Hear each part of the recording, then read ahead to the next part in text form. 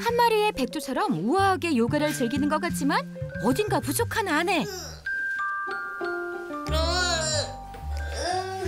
자기야, 뭐해? 나 다이어트하고 유연해지려고 지금 요가하고 있지. 파이팅! 자기야, 근데 자기도 뻣뻣하지 않아? 나 유연해! 우리 커플 요가 하자. 손 줘봐.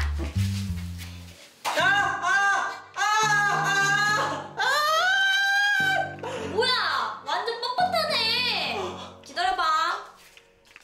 강목 부부가 따로 없네요. 그런 아내가 꺼내든 건 바로 식초인데요. 식초를 먹으면 유연해진다는 얘기가 있긴 하지만 그냥 식초를 콸콸콸 따라버리는 아내. 자기야, 이거 마셔. 아! 이거 식초 아니야?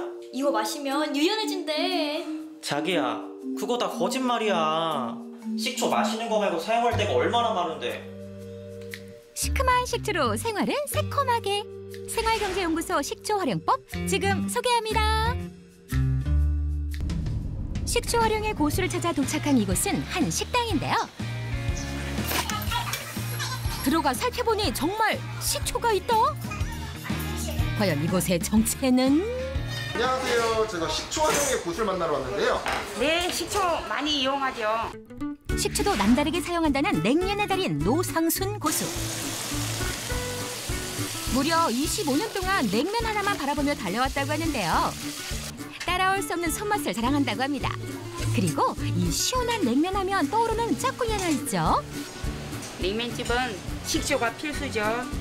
입맛 취향 따라 넣는 식초, 냉면집에 없으면 안 될 존재죠. 우리 냉면에 식초가 많이 들어가니까 식초 활용법을 내가 많이 알고 있거든요. 한번 알려드릴까요? 식초를 살림에도 활용한다는 고수. 갑자기 분무기통에 식초를 붓는데요. 식초와 물의 비율이 1대3이 되는 것이 중요하다고 합니다. 이렇게 식초를 희석한 물을 유리창에 뿌려주는데요. 아, 이렇게 막 뿌려도 되는 거예요? 이렇게 뿌리고 닦으면 깨끗해져요. 식초로 유리를 깨끗하게 만든다. 천으로 문질러 닦아내자 유리창에 묻어있던 각종 오염물이 깔끔하게 닦였습니다. 식초로 유리창만 닦는 게 아니라 얼룩진 유리컵도 닦을 수 있거든요. 유리컵도 많이 사용하다 보면 물 속 미네랄 성분이 침전돼 오염이 생기고 물 비린내가 나기도 하는데요. 이번에도 식초로 잡아보겠습니다. 아까와 똑같이 식초와 물을 1대3 비율로 섞어주시고요. 컵이 푹 잠길 정도로 준비됐다면 컵을 담그고 10분 정도 기다려주세요. 그리고 잠시 후 컵을 꺼내서 깨끗한 물에 헹궈대기만 하면 끝입니다. 보셨죠? 비린내도 없어지고 깨끗해져요. 식초의 아세트산 성분이 미네랄 성분을 녹이고 물 비린내까지 싹 잡아준답니다. 이번엔 냉장고를 향한 고수. 이게 상추거든요. 그런데 시들어졌잖아요. 이걸 동각도 없애주고 싱싱하게 한번 해볼게요. 금세 시들시들해지는 상추. 이런 힘없는 상추를 되살리고 농약까지 제거하는 법 간단합니다. 먼저 식초와 소주, 찬물을 1대1대10 비율로 섞어줍니다. 남은 소주까지 알뜰살뜰 넣었다면 이렇게 준비한 물에 상추를 담근 후 딱 5분에서 10분만 기다려주세요. 흐르는 시간을 거꾸로 거슬러 오르는 상추. 과연 상추의 모습은? 보세요. 싱싱해졌죠? 농약까지 제거된다고 하니 일석이조네요. 삼투 현상에 의해서 수분이 흡수되게 되면서 채소가 싱싱하게 되살아날 수 있습니다. 뿐만 아니라 식초 속의 아세트산 성분과 소주 속의 에탄올 성분에 의해서 농약이라든지 표면의 이물질 등을 제거하는 데도 도움이 될 수 있습니다. 아무리 바빠도 끼니는 챙겨야죠. 손님 오기 전에 라면 하나 끓여 먹어볼까요? 많은 손님에게 맛있는 냉면을 만들어주기 위해 빠르게 라면을 끓여 먹는 고수. 그런데 라면을 끓이다 말고 식초를 들고 오는데요. 고수님, 라면에도 식초를 넣으세요? 네. 라면에 식초를 넣으면 탱탱해져요.